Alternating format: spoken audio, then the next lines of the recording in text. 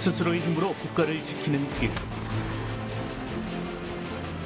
그것은 발전된 안보 기술로부터 오는 것이라 할 수 있습니다. 그 중심에 하늘과 땅, 그리고 바다를 누비는 미사일이 있죠. 하지만 우리나라는 첨단 기술력을 보유하였음에도 우리의 의지대로 미사일을 개발할 수 없었습니다.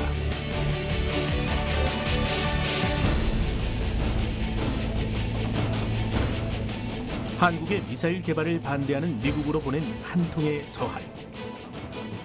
이것으로 인해 우리나라는 그동안 미국의 동의를 얻어 미사일을 개발해야 했는데요. 마침내 2021년 5월 미사일 지침의 해제로 42년간 이어져온 그 족쇄가 풀렸습니다. 이로써 자주국방 능력의 회복과 우주기술 확보의 길이 활짝 열리게 됐죠. 저는 비정상의 정상화라고 봤습니다. 제한을 둔 것 자체가 비정상이죠.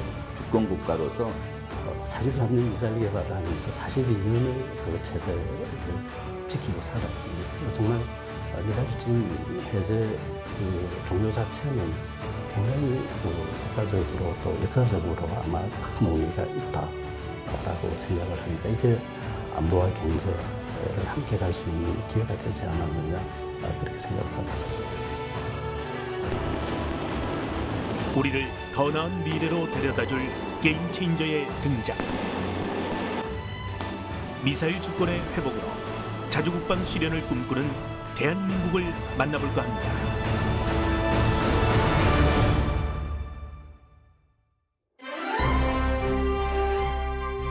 지난 5월 21일 문재인 대통령과 조 바이든 대통령의 한미 정상회담이 종료된 직후 반가운 소식이 전해져 왔습니다. 한국과 미국 두 나라 사이에 40여 년 동안 이어져온 미사일 지침 종료가 선언된 겁니다. 기쁜 마음으로 미사일 지침 종료 사실을 전합니다. 강력한 안보가 뒷받침할 때 우리는 평화를 지키고 만들어갈 수 있습니다. 우리 두 사람은 연합방위태세를 더욱 강화해 나가기로 하고 전시작전권 전환을 위한 양국의 의지를 재확인했습니다. 우리나라는 동족 상잔의 비극 한국 전쟁이 끝난 이후 국방 강화에 힘쓰며 무기 체계의 눈부신 발전을 이뤄왔습니다. 하지만 단 하나 우리의 발목을 잡는 것이 있었습니다. 바로 미사일 지침입니다. 미국과 약속한 성능 이상의 미사일을 개발하지 않겠다는 약정이죠. 78년인가? 그때 180km 사거리 정도의 그 백곰이라는 사업을 통해서 단거리 미사일, 그러니까 탄두 질량은 500km고 사거리는 180km 정도의 그걸 이제 미사일을 시험 발사를 성공을 했죠. 실제 백령도에서 오면은 평양이 서울보다 가까워요. 그 정도로 우리가 이제 그 정도 사거리에서 북한의 위협을 우리가 좀 미리 대비해서 미사일을 개발하겠다. 그리고 대신 이제 우리가 이제 미국에서는 그러면 너네들이 필요한 요 정도의 미사일에 대한 기술은 부품이나 이런 건 제공하겠다. 이렇게 해서 이제 미사일 지침이 나온 거죠. 그러니까 이거는 뭐 협정이나 체결을 하거나 뭐 조약을 맺은 건 아니고요. 그냥 가이드라인이었습니다. 미사일이란 특정 목표물을 타깃하기 위한 유도 장치를 가진 로켓 무기입니다. 멀리에서도 특정한 장소나 대상을 지정해 발사 가능하며 핵탄두나 화생방 무기를 빠르고 정확하게 투발할 수 있는데요. 그 종류를 비행 방식에 따라 크게 두 가지로 나눌 수 있습니다.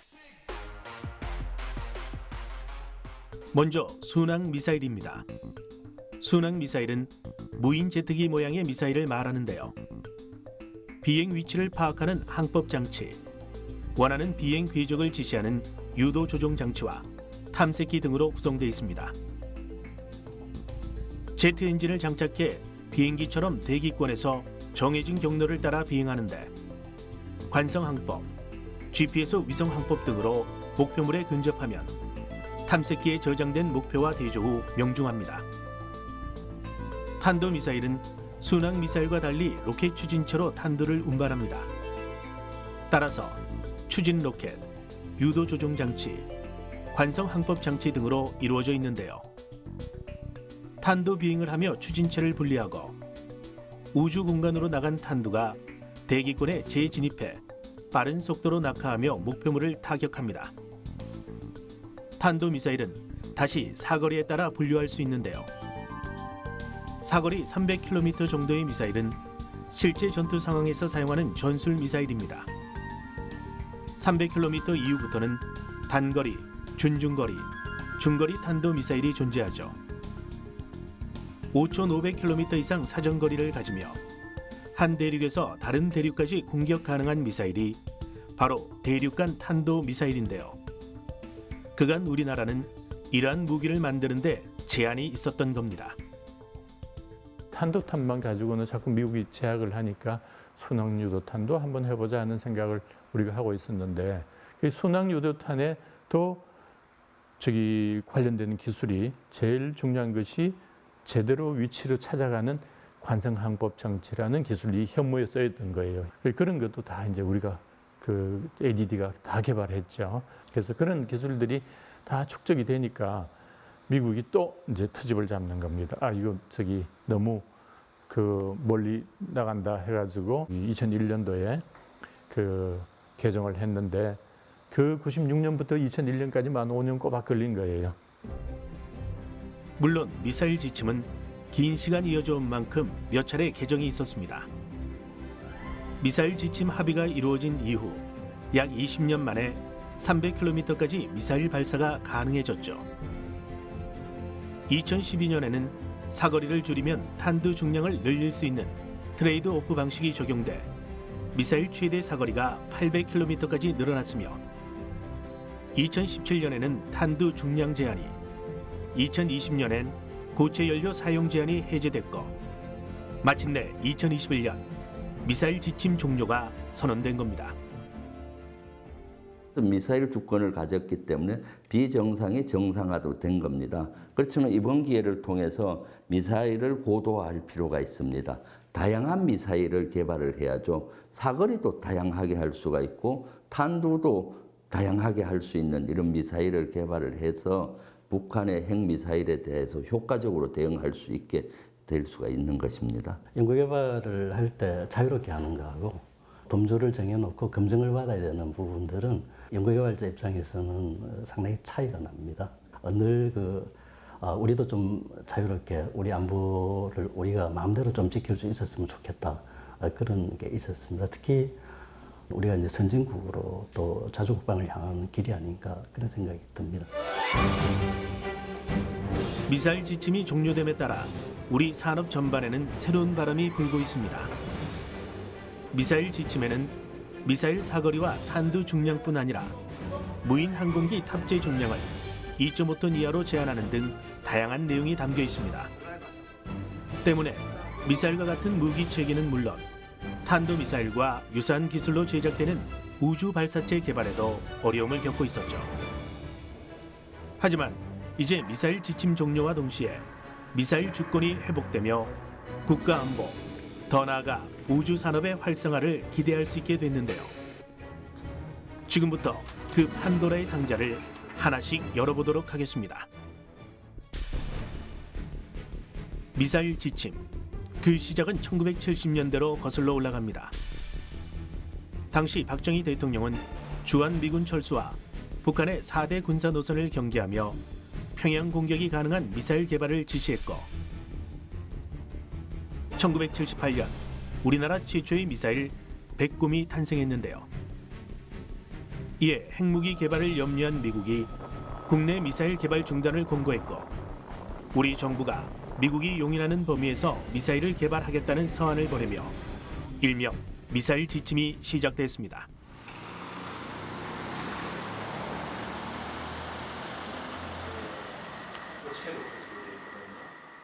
우리 기술로 완성한 최초의 미사일이자 세계 7번째 미사일 보유국이라는 타이틀을 안겨준 백곰.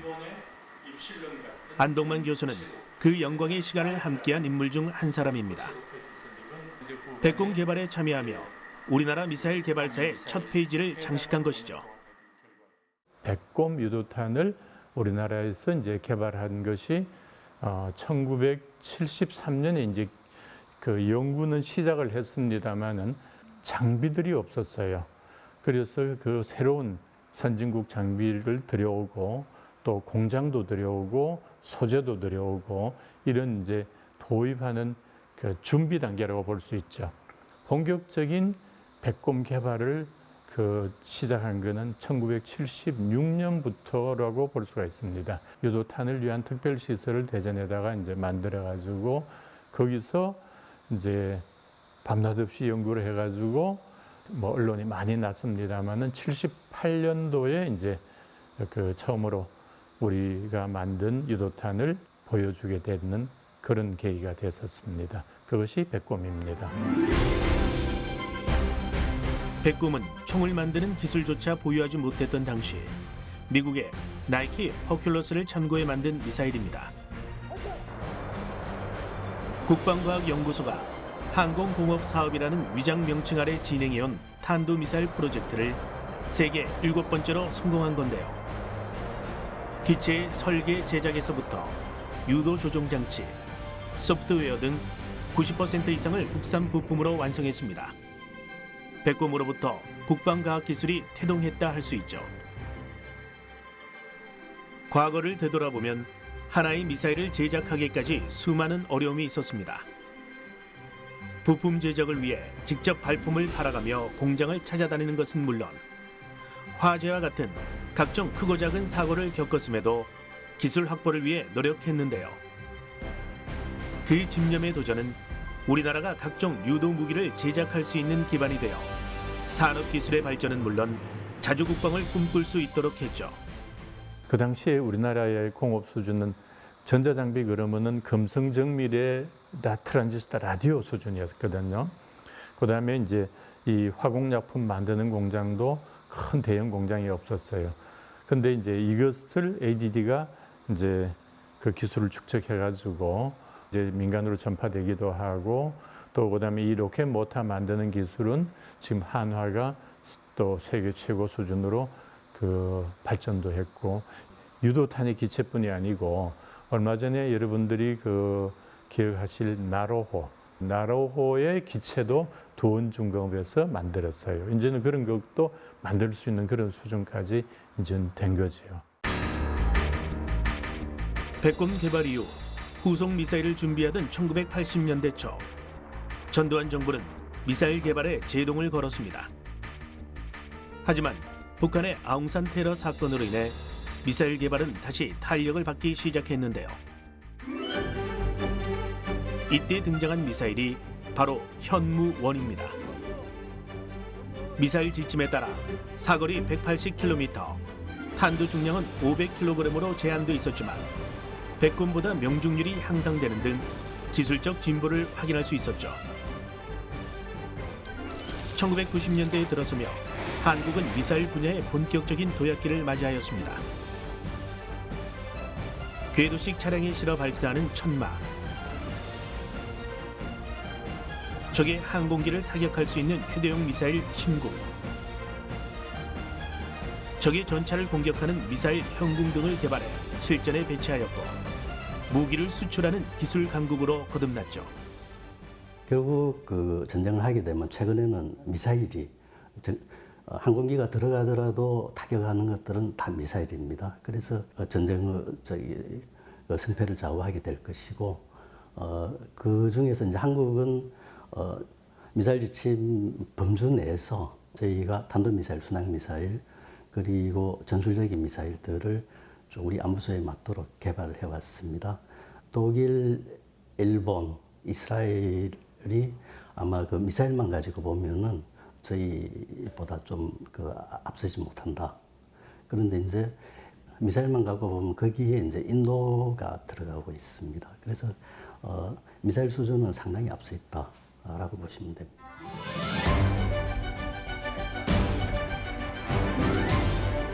눈여겨볼 것은 우리 군의 주력 무기 현무 시리즈 미사일입니다.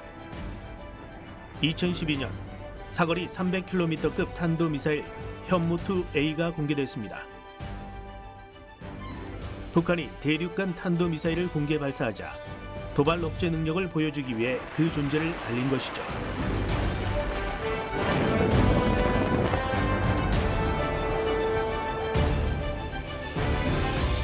현무2A의 사거리 300km는 2001년 미사일 지침 1차 개정 때 합의된 것으로 북한 대부분이 반경안에 들게 됩니다.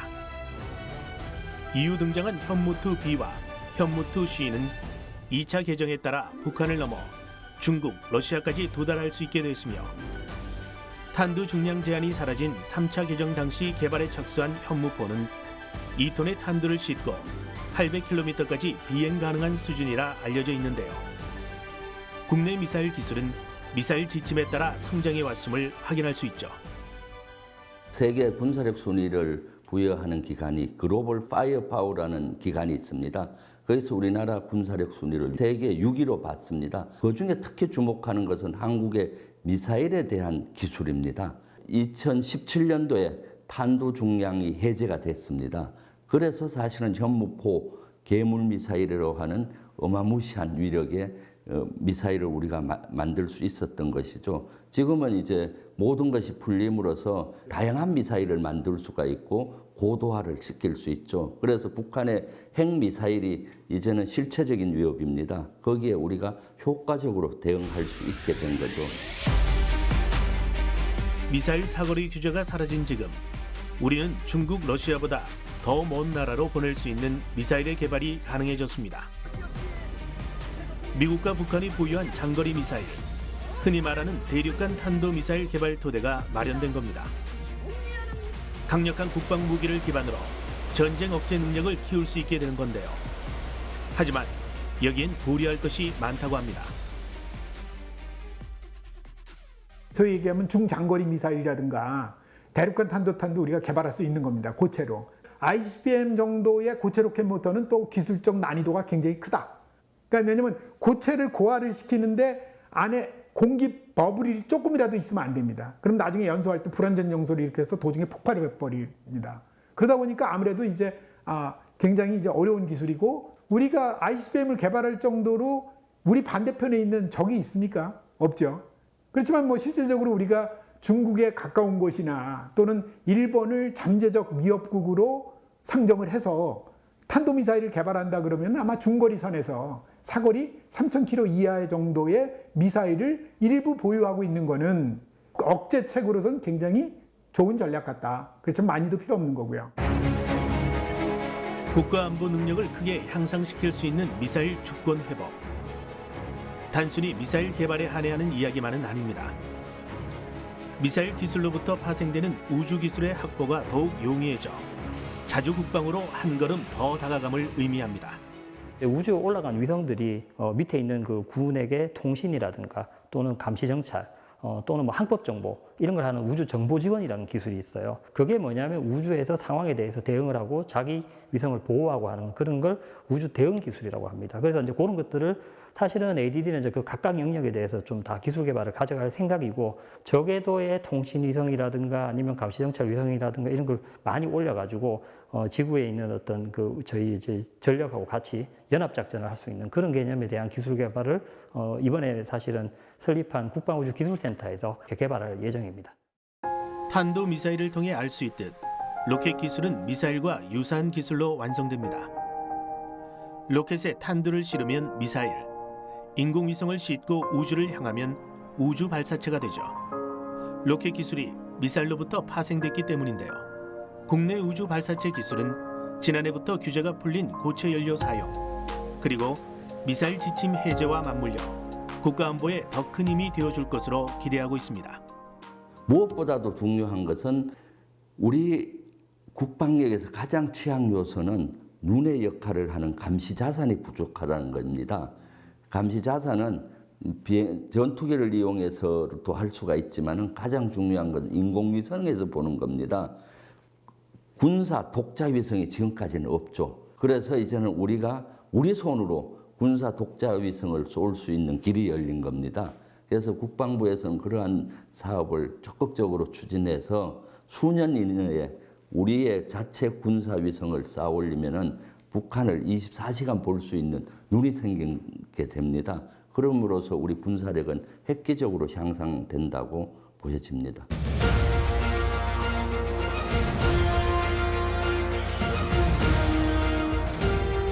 2013년 1월 30일 우리의 기술력으로 만든 발사체 나로우가 우주로 향했습니다.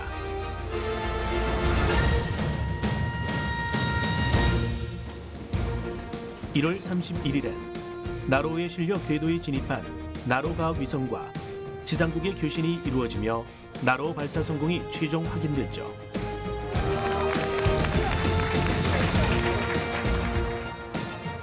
발사체 개발에 착수한 지 꼬박 11년 만에 이루어낸 성과.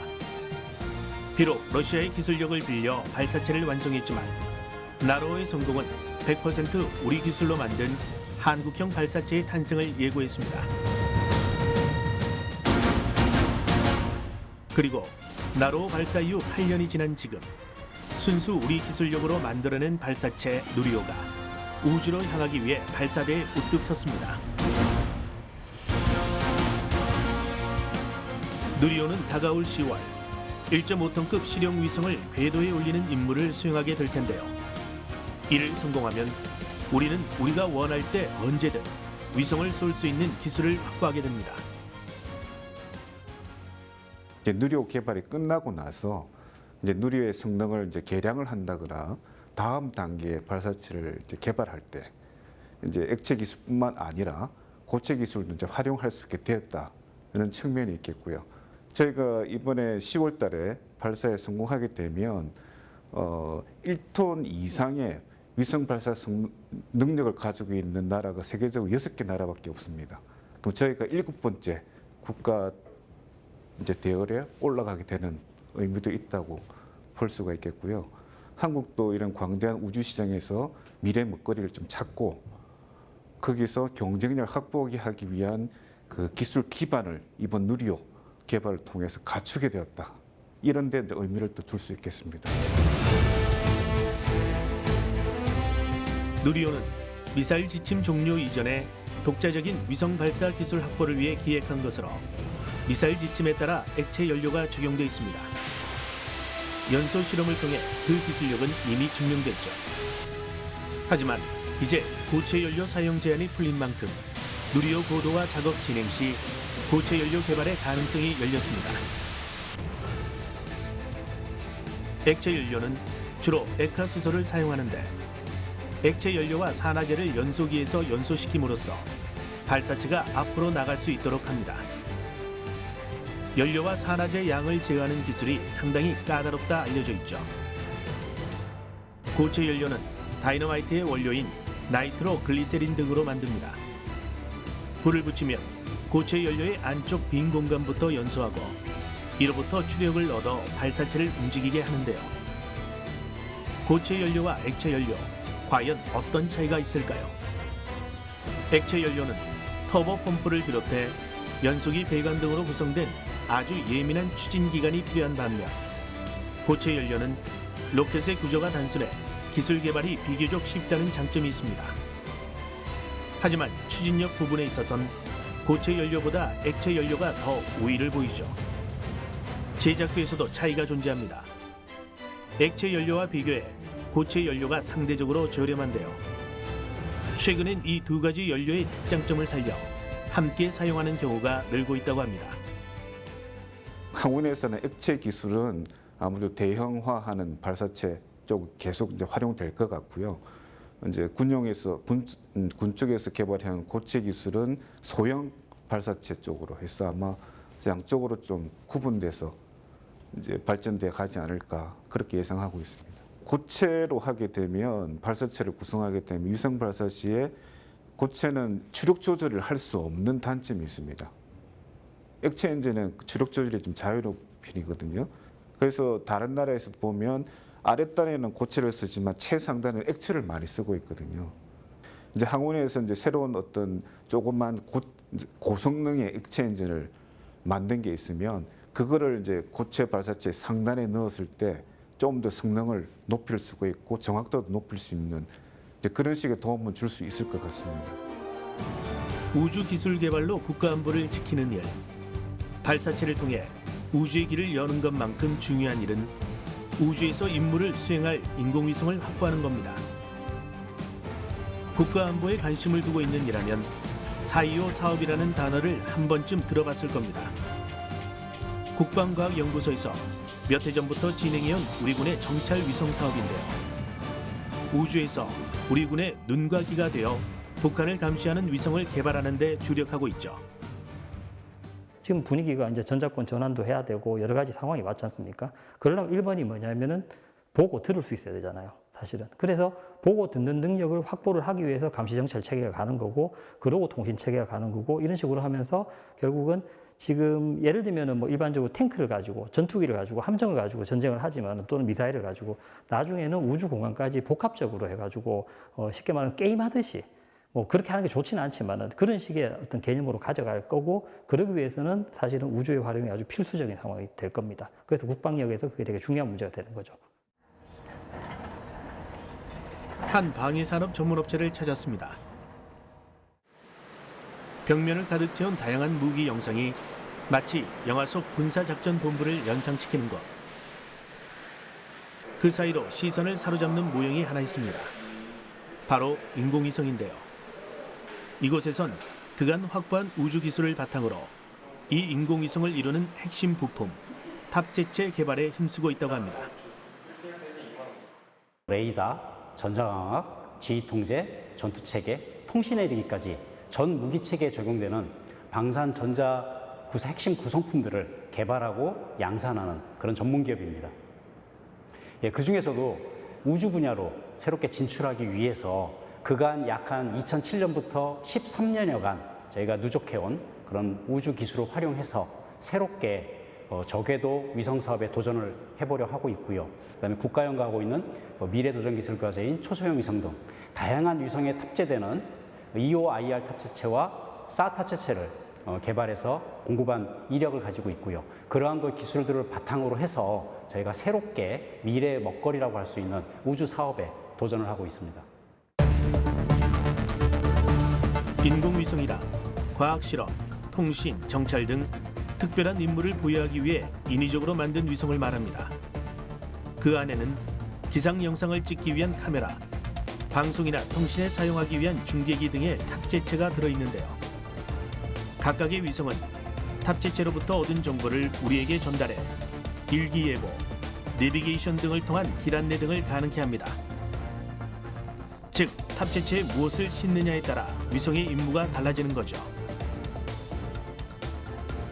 우리나라는 우주 강국들보다 조금 늦은 1992년에 한국의 첫 인공위성 우리별 1호를 발사하며 세계 22번째 인공위성 보유국이 되었습니다. 이후 우리나라 위성 분야는 수준 높은 전자기술력을 바탕으로 빠르게 성장했고, 다양한 위성을 궤도 위에 올려놓으며 세계 6위권의 인공위성 강국으로 자리매김하였죠. 하지만 우리 군은 정찰 위성을 보유하고 있지 않아 미국에 의존하고 있는 실정입니다.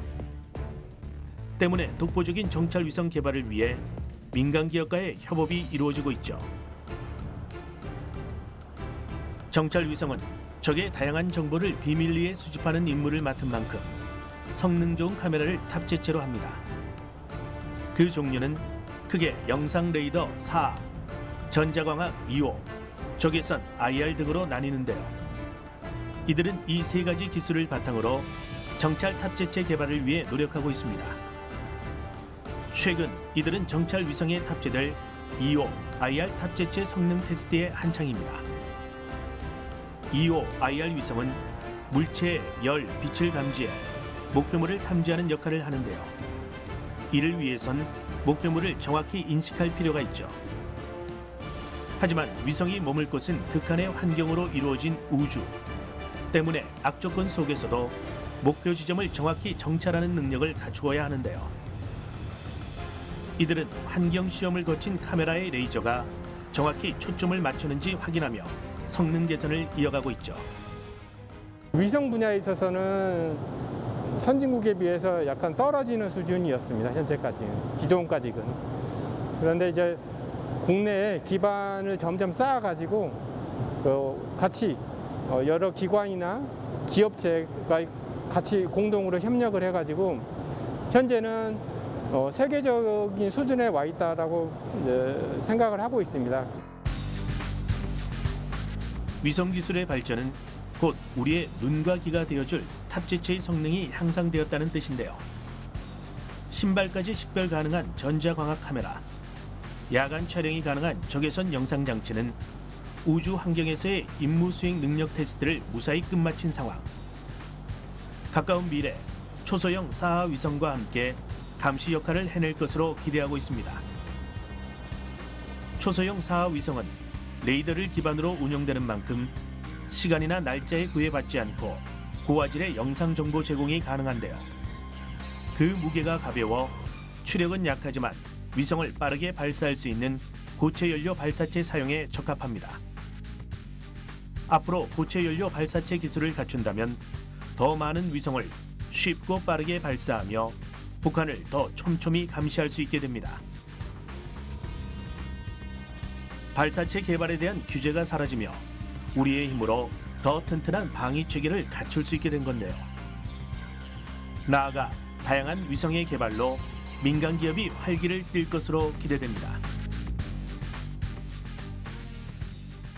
특히나 군사위성 같은 경우에는 사실은 굉장히 민감한 정보들을 다루기 때문에 타국의 발사체를 이용하게 된다면 저희가 가진 정보를 그쪽에 오픈할 수밖에 없는 그런 불리함이 있습니다.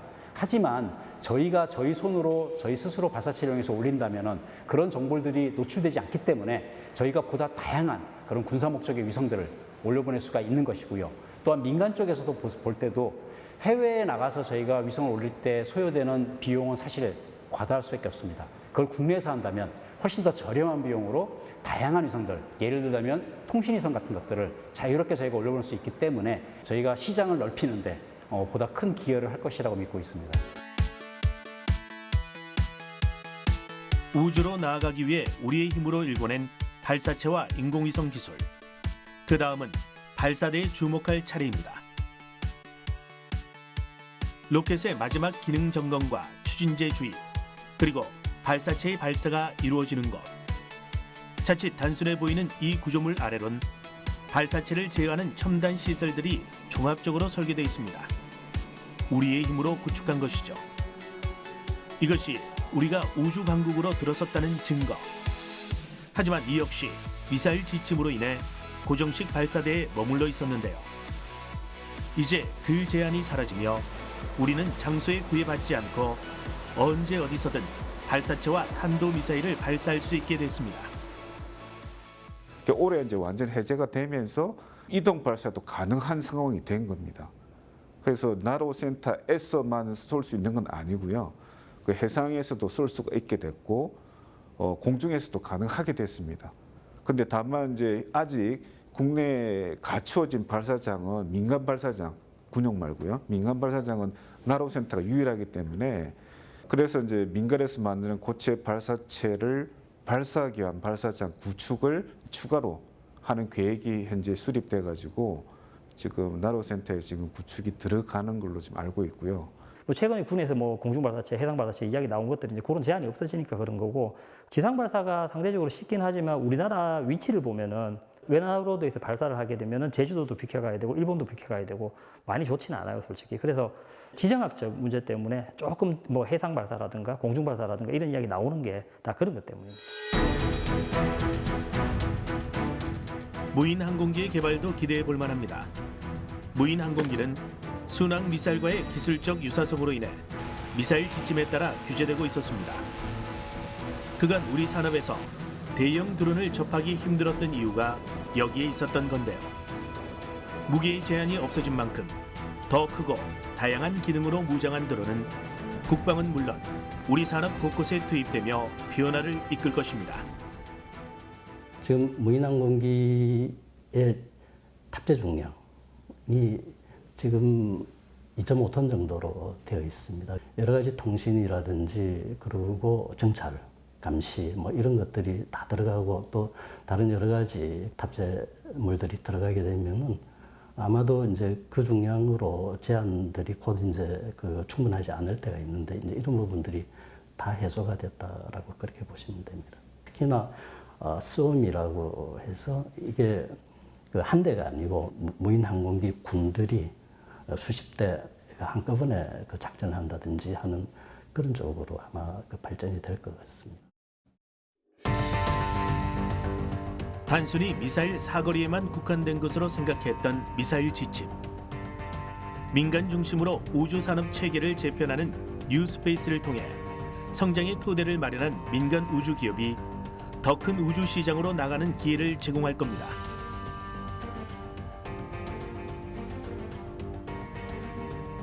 그리고 우주 기술은 국방 기술을, 국방 기술은 우주 기술의 발전을 이끌겠죠. 예컨대 위성을 통해 얻은 정보가 중요한 지금, 위성 분야의 경제성을 확보한다면 기업들은 위성 분야로 시선을 돌릴 것이며 이를 통해 기술 발전을 이룰 것입니다. 이러한 변화는 우주 기술 선점이 국력이 되는 시대적 흐름과 맞물려 우리를 우주 강국으로 데려다 줄 것이며 더 나아가 자주 국방의 주춧돌이 되어줄 겁니다. 우리나라 환경에서는 결국은 안보 수요를 통해서 어떤 그런 기술을 발전시키면서 그러면서 우리 독자적인 우주 기술을 만들어 나갈 수 있을 거예요. 예를 들자면 우리가 반도체라든가 통신이라든가 특히 이번에 저희 팬데믹 상황이긴 했지만 우리 IT 기술이 뛰어나니까 사실 그런 것들은 상당히 중요한 기술들인데 그걸 우주로 확장하게 되면 상당히 그 중요한 우리 기술이 될 거고 그게 세계적으로도 경쟁력을 가질 수 있어요. 이제 그런 걸 가지고 우리 기술을 발전시키면서 그게 산업 발전까지 가져갈 수 있는 모델을 좀 만들어야 된다라는 생각을 하고 있고 그게 이제 한국형 뉴스페이스라는 이름을 좀 저는 그냥 붙이면서 그런 식으로 갔으면 좋겠다라는 생각을 좀 하고 있습니다. 미사일 주권 회복이라는 변화의 시대를 맞이해 정부를 비롯 산학연에서는 새로운 미래를 향한 준비에 한창입니다. 정부는 미사일 제작에 참여 경험이 있는 방산업체를 중심으로 고체 우주 발사체 산업을 육성한다는 계획을 세우고 있는가 하면 국방부는 공중과 해상에서 위성을 실어 우주로 발사체를 쏠 수 있는 플랫폼을 개발하기로 했습니다. 방위산업체도 기술 개발의 의지를 밝히고 있죠. 국방위, 산자위, 가방위 위원들이 같이 모여서 앞으로 당정청 협의를 해나가는 기구입니다. 국방부에서도 아주 발빠르게 여기에 여러 가지 전략을 짜고 있습니다. 그래서 앞으로 국방부도 앞으로 군사 위성이라든가 다양한 위성을 쏠 수 있도록 연구와 개발을 하고 가계정통부에서도 우주 전략을 새로 짜고 있습니다. 그래서 8월쯤이면 우주 전략이 완성된다고 했는데 이러한 노력을 기울이고 있죠. 앞으로 향후 10년 정도 예산은 한 30조를 투입할 걸로 보이고 그중에 한 16조가 국방 예산으로 투입될 걸로 보입니다. 하지만 우리는 이 순풍을 이어가기 위해 몇 가지 해야 할 일이 있습니다. 해외 기술에 의존하지 않도록 군사 무기를 비롯해 항공 우주 산업과 관련된 소재, 부품, 장비의 국산화를 이루어야 합니다. 정부는 정책이 일회성에 그치지 않도록 꾸준히 실현해야 할 것이며 기업은 핵심 기술 확보를 위해 노력해야 할 것입니다. 인재 양성 또한 뒷받침되어야 할 텐데요. 이 모든 것이 조화를 이룰 때 우리는 더 완벽한 자주국방에 다가갈 수 있을 겁니다. 키워드는 뭐냐면 우주 부품에 대해서 국산화, 특히 국방 쪽은 국산화가 핵심이다라고 생각하고 있고 국산화를 위해서는 결국은 소부장을 가져가야 되는 거고 그거는 우리가 충분히 극복할 수 있는 거 아니냐 이런 생각을 좀 하고 있습니다. 현재는 패스트 팔로우입니다만 그런 퍼스트 러너들, 즉 미국, 영국 또는 기타 선진 국가들의 업체들 또는 기관들을 저희가 조금 더 노력한다면 단시간 내에 따라잡을 수 있는 그런 영역이라 할 수 있고요. 또한 미지의 영역이기에 저희가 그만큼 무궁무진한 가능성이 있으리라고 믿고 있습니다. 한미 미사일 지침 해제하고 나서 과연 어떻게 우리가 그러면 이거를 어떻게 활용을 할 거냐. 우리가 진짜 가성비 높은 그런 국방 체계가 필요하다는 거예요. 돈도 최소로 투자하면서 효과는 극대화할 수 있는 방안. 이런 게 필요하다는 거예요. 미사일 지침 종료가 불러온 자주국방의 꿈. 지금 우리는 새로운 시대로 의미 있는 한 걸음을 내딛고 있는데요. 한 나라의 국력이자 기술의 원천이 되는 미사일 주권. 그 강력한 힘으로 일궈낼 밝은 미래를 기대해 봅니다.